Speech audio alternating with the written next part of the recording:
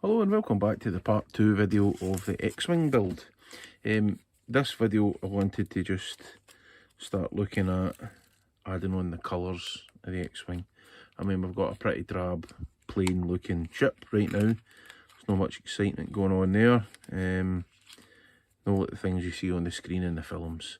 So we need to start looking at adding a bit of colour and adding in the details. Now, when you buy these Bandai kits, they come with sets of water slide decals, which are pretty okay. I quite like water slide decals for model aeroplanes and the such like. But when it comes to these ships, you know, we're going with the ILM style of painting. I'll try to recreate it as best I can. I know I'm not very accurate, but you know, I'll try my best. They didn't use water slide decals; it was all done by masking and painting. So that's what we're going to do here. They also come with the stickers as well, which are identical to the water slide decals, and I suppose it's for people who are not really sure how to do that. It makes it pretty accessible for most people. They go together quite well, these wee kits. There's no much cleaning up needing done or any trimming as such, and so folk can, with relatively zero modelling skills, can stick one of these together and put on the stickers, and you've got something that looks pretty okay. But for what I'm aiming for, with this, we're going to go with the masking.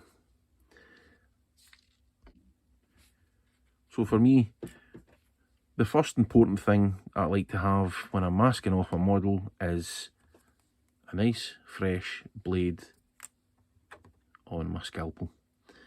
Some people use X-Acto knives, I think, over across the pond in the States, craft knives and whatever. There's varieties that are available out there.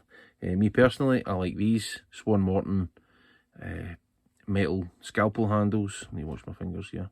So that's a number 3 handle, and the blade that's going on here, I don't know if you can see that on the packaging just here, is a number 10 blade. A lot of people prefer, I've got a couple of them here, what are these? This size here, which I think is an 11. What does it say? Doesn't actually say on this. I think it tells you that. No, sorry, 10A. That's a 10A blade. These are pretty good for getting into wee fine intricate details with that nice wee sharp point in there. But these have got decent points on them too. I also like these for cleaning the mould lines and stuff off models. When, you know, sometimes when you get the models on the sprues and you take them off, you can see where the two parts of the mould has actually gone together, and it leaves a fine seam. So I like to use just the edge of these. You can get a pack of these on Amazon for, I don't know, about 12 quid, maybe 15 quid, maybe, I don't know, depending on where you are. These are the non-sterile versions I've got. I managed to acquire a box of the sterile ones, just because I got my hands on them very cheap. Same blade, individually wrapped, because they're sterile for surgical procedures and such like. So I've got these. I've got a plentiful supply, so I don't mind switching and changing over as and when I need them. So I'll set them over there at the way. So you'll get a Swan Morton blade off Amazon, handle off Amazon for 4 or 5 quid. I did have a second one of these so that I could have a 10 blade and a 10A at the same time, depending on what I was doing. But I don't know what happened to it. I lost it. It disappeared in the black hole that is my garage. I tend to put just a bit of product placement here. Good old Iron Brew. If you're not from Scotland or the UK, certainly you probably know what this stuff is, but it's magic in a can. That's all I'm going to say. Anyway, I just like an empty drinks can, just as a wee bin for them. It saves me putting them in the bucket and then them piercing through the bag and cutting myself and stuff, because these are very, very sharp little blades. And what I like to do is make sure I've got a pair of pliers handy. That just sits on there, and then I just take a hold of the blade and just click that on there like so. Perfect for putting them on, and it saves your fingers, because I've had a few cuts off these in the past, and let me tell you, it nips. So before I get started, I thought we'd just run through some of the stuff that you'll need to actually mask off your model.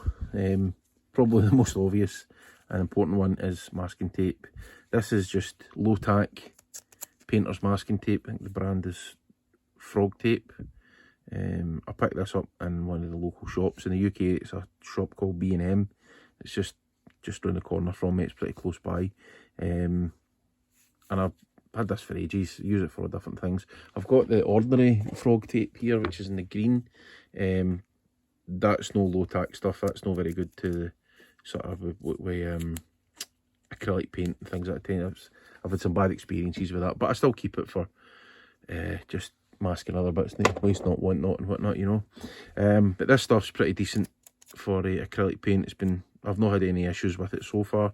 It's actually very, very similar to the Tamiya masking tape, same sort of colour and whatever. I'd probably say manufacturers of them, I don't know. This here is Tamiya tape, so this is 3mm masking tape, and this does curves, so you can actually gently persuade this round to form contours and curves, and depending on what you're masking. I don't use this. It's fairly cheap, but it's not the cheapest stuff. But it's got its selected uses. It is handy.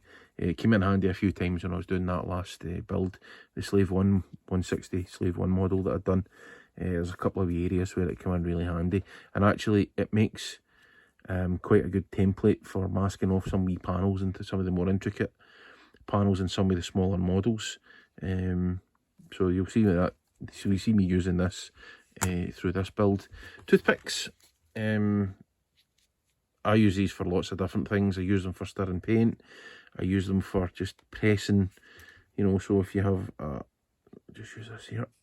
If you have a particular area where you want the tape in, maybe like the corners here, you can just use that to pat the tape down and roll it across it, just to get it to stick down, so that you're not actually going to get any overspray going underneath the paint, going underneath the masking tape, and landing on the surfaces that you don't want the paint on. Scalpel, we talked about that a minute ago. The blade, this is obvious for obvious reasons. We use this to cut. We get nice straight edges with a scalpel, rather than ripping it and you get the sort of tapered edges and whatever. Pair of tweezers. These are just stainless steel tweezers. Use them for all different things in modelling, but they're very good just for catching wee bits of corners of tape and stuff, particularly in the process when you're taking off masking tape. Another thing that you need that I don't have sitting here in front of me, I've got to need to look at it actually for doing the next part of this video, is the reference material, the photographs of whatever it is you're trying to recreate. So for this ship, I'll need to double check I've not actually thrown them out. I'd printed off some images, some screenshots from the film, and I think it was from one of the websites. Was it the RPF, the forum for reproducing model props and all that? I can't remember what it stands for. Reproduction Prop Forum. I can't bloody remember. Anyway, it doesn't matter. It's either the RPF or Modeler Magic, where I had seen the pictures, and people go to different shows and displays and things, or they have scans of some of their reference material for the books. I don't have any of the books as of yet. The big Star Wars archive book is probably something that's on my hit list at some point, but that's not a cheap book to buy. It's 150 buyers right away. That's pounds, by the way, just for anybody that doesn't know. Anyway, so that's where we're at. That's kind of what we need for masking. So you need to know exactly what it is you're masking, what parts of the model, and what the shape is actually, because you find that some of the panels, they don't always necessarily mask off an entire panel. Sometimes it's part of a panel, sometimes it's actually just to make it look as if there is a second panel there that isn't actually scribed on the model, or sometimes it might actually include 2 or 3 panels to form an actual shape. So that's really what we need for the modelling job. That's what we need for the masking. So next stage will be, guess you masking. Right, I can't actually be bothered looking for the reference pictures at this point, so I know for a fact that don't know how well we can see that, but I think the lighting's maybe a bit too harsh here. Let's just move that away a wee bit. I don't know if that makes it any better or not. It's a bloody nuisance this is. Hang on a minute. Right, I don't know if that should maybe make it a bit easier to see or not. Let's just move the camera a wee bit. Right, so you'll just about make out there is a panel, long rectangle shaped thing right here. Now on the reference material, that panel is yellow. In the film you don't really notice it as being this stark bright yellow. I think we discussed previously the reefer yellow paint. So I'm just going to bring this light over again. So you don't actually see it as a stark yellow colour because actually it gets knocked back with reefer white. So really what you're actually looking at is a panel that's at some point in the X-Wing's life has been painted yellow as part of its, you know, registration markings or its squadron designation or whatever whatever the look it is they're going for, and then it's been faded just by age, wear and tear, and that's obviously the kind of part of George Lucas's aesthetic when he was making Star Wars, was that aged look. Sorry, I just moved this a wee second just to wrap that tape in there. So I'm not going to go through this stage by stage, the whole thing, you know, masking it off, because it doesn't make for much exciting content, but the basic gist is I tend to tack this down and I'll just draw my scalpel down there. You get yourself a piece of masking tape, and then we just look for the lines, and you guessed it. Move this around here. Just keep an eye on your edges, make sure that they're nice and straight, because remember what will happen is the paint will just fall to the pattern and the shape that's left behind. It's just like making a wee template. And I'll just get that to fold round the... I like to fold it, I like to get the edge down first that I'm painting up against, and then just fold the rest of it down. And that then protects the rest of the model when you're, you know, from overspray when you're cleaning. So, right, anyway, I'm not going to go through each stage. I'll come back in a second. Right, so that's it all taped up. The panel's sitting there just ready for a wee coat of paint. I've made sure I've smoothed in all my edges. One of the problems that you can encounter is overspray getting underneath, or paint seepage getting underneath the seams, or the edges, sorry, of the masking tape. Now there's a couple of ways a couple of wee techniques that you can use to sort of counteract that. You can give it a wee mist over with some matte or gloss varnish or whatever you've got to hand, just a wee lacquer over the top of it, just a fine coat, and it's just enough to seal just those wee edges there, and stop the layer that you're putting on make its way underneath the edges of the masking tape there. The other thing you could do is just a bit of the reefer white, that's the base colour there, so a bit of the reefer white misted over the top. It seals around the edges, and again stops the yellow that we want to lay down on the top seep through. But I've not done that today. I've done it a couple of times in some of my models, just bits I had a wee bit of concern about that, but to be honest, this is nice and flat. I've got a nice bit of coverage here, so I don't really have any concerns. I've just protected some of the other parts of the model just for overspray. I've got some, you can see that there, some reefer yellow pre-thinned and ready to go in my airbrush. So I'm just going to, I'm shooting this about 15 psi, so it's nice and it's nice and gentle, and we're just going to slowly but surely build up that coat. You can see there that it is very, very faint.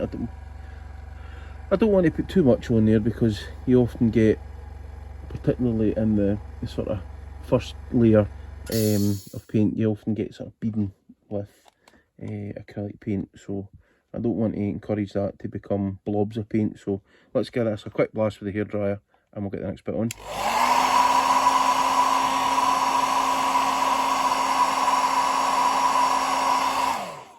Should do it.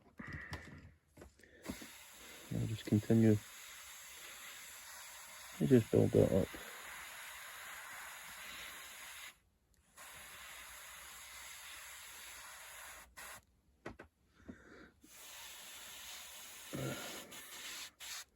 Just trying to capture all the edges. Oh, a bit of left-handed airbrushing here. That could have been a bit of a disaster. Yeah, that's looking okay. Now, right, let me just give this a quick blast first.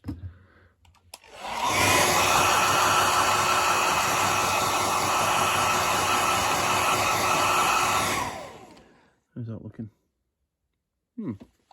I think we could maybe be doing with just a wee smidgen more. In fact, you know what? I'm not going to. I'm not wanting to over egg the pudding. It's not. So, anyway, where were we? Right, so that's the yellow down. Now, before I take the tape off, I'm going to clean out my airbrush. I'm going to add in some reefer white, and I'm just going to give that a light mist over, just to fade that colour back. I know it seems a bit counterproductive. Why is, you know, just lightly misting the yellow over the... I don't know, it's a good question actually, but this is what the technique is. In actual fact, I managed to find the reference photographs, and I'm now looking, and I'm now realising that I should have maybe done a wee bit of latex down there just to chip it, but I don't know, we'll see. Maybe I'll just do a wee bit of spatter on there with some reefer white just to achieve a similar look. I've noticed here in the reference picture there's a wee bit just further down here, another wee panel that just needs a wee touch yellow, so we'll tackle that as we go along. But I just wanted to do this panel here just as a demonstration. It's nice and clear, it's nice and simple. It's a nice straightforward rectangle really. You mask off the panel, you paint it, we then drop off a wee bit of mist onto it, and then we'll take it back, we'll take the tape off, and we'll do the big reveal. That's one of the most satisfying bits of the weathering process for me, is actually the big reveal when you take off the masking fluid or the masking tape and things like that. Just a quick look here. So this is just one of the reference pictures that I had printed off. So you can see the yellow panel that we've just done here. Sorry about the reflection, hang on, I'll pull that light back a wee bit. So yeah, you can see the panel here, and then you can see how light it is with the misting over the top. And then there's that other panel down there I was talking about. When we talk about misting and things getting knocked back and lightening the colours, I think this is a great example just in this corner here. I just noticed it there and was looking. There's a bit on the other wing just here, but it's not as obvious.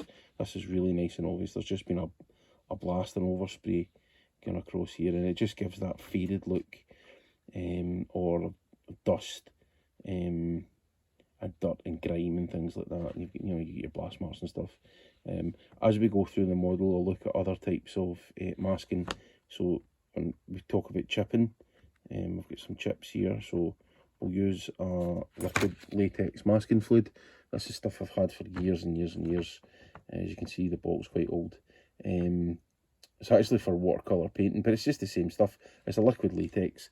This stuff's colourless, really. It kind of dries in, kind of semi-translucent, which isn't exactly ideal for identifying, but you just need to look along the surface and you can see the bumps and lumps. But Vallejo, I think, do a kind of a bluey green tinted one, and I think a couple other companies will probably do it as well.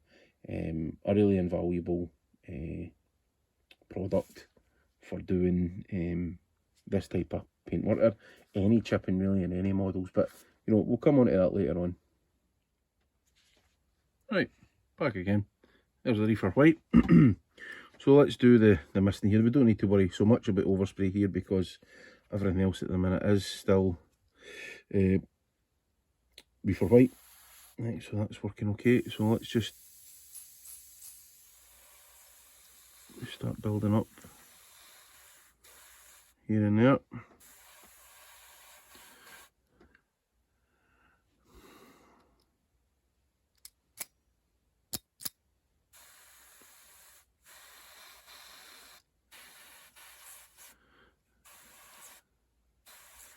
I'm not looking to form any particular pattern here. I'm just looking to fade the colour off a bit. It looks okay actually.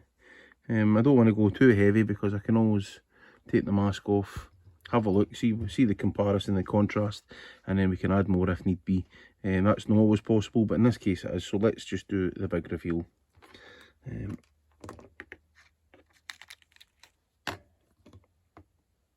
that thing out the road before I cut my fingers off.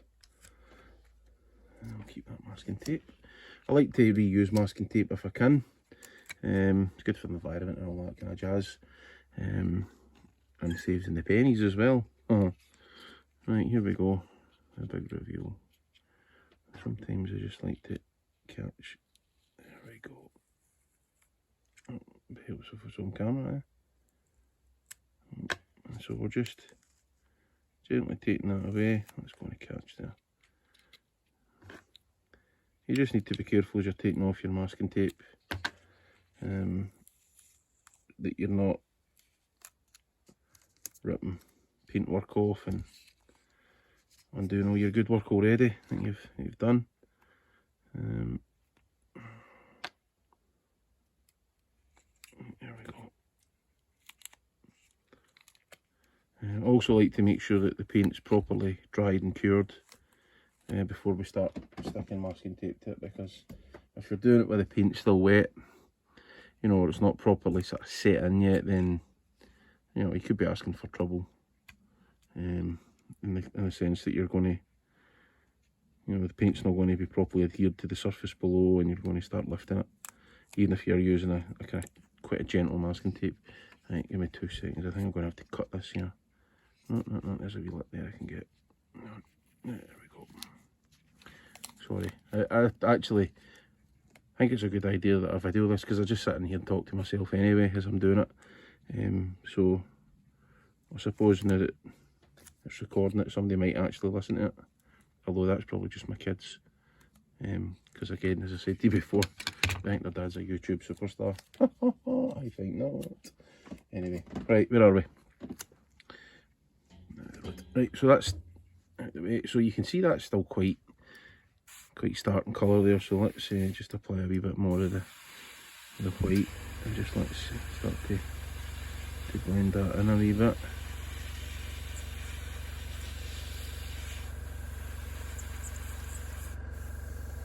And just cover that there. And what we can do is we can also mist from afar. And that really lays down. Look at that. Oh, what a difference. What a difference. Probably looks a bit more stark in the direct light here. Sorry, faded or washed out. The autofocus and that kind of jazz. But no, that's blended off really quite nice. Again, we don't want to over-egg the pudding. Let's keep that a wee blast off, because I'll find sometimes that when you dry the paint off, it tends to lighten in colour a wee bit, and sometimes you see what's underneath a bit more, so it might actually become a bit brighter again. So let's get a quick blast to see.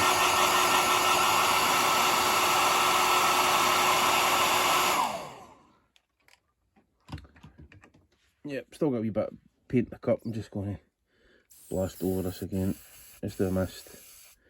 Now I'm probably about, I don't know, 12 inches away here for the model, and just, well, you can see the mist coming in for the side and hitting my glove and stuff. So that's how far away I am. Now that's really quite something.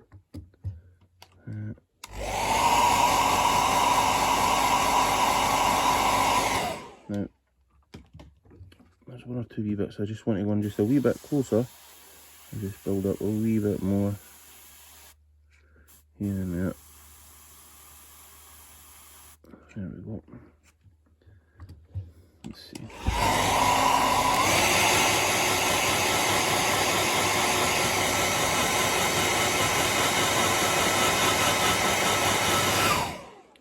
I'm quite happy with that so far.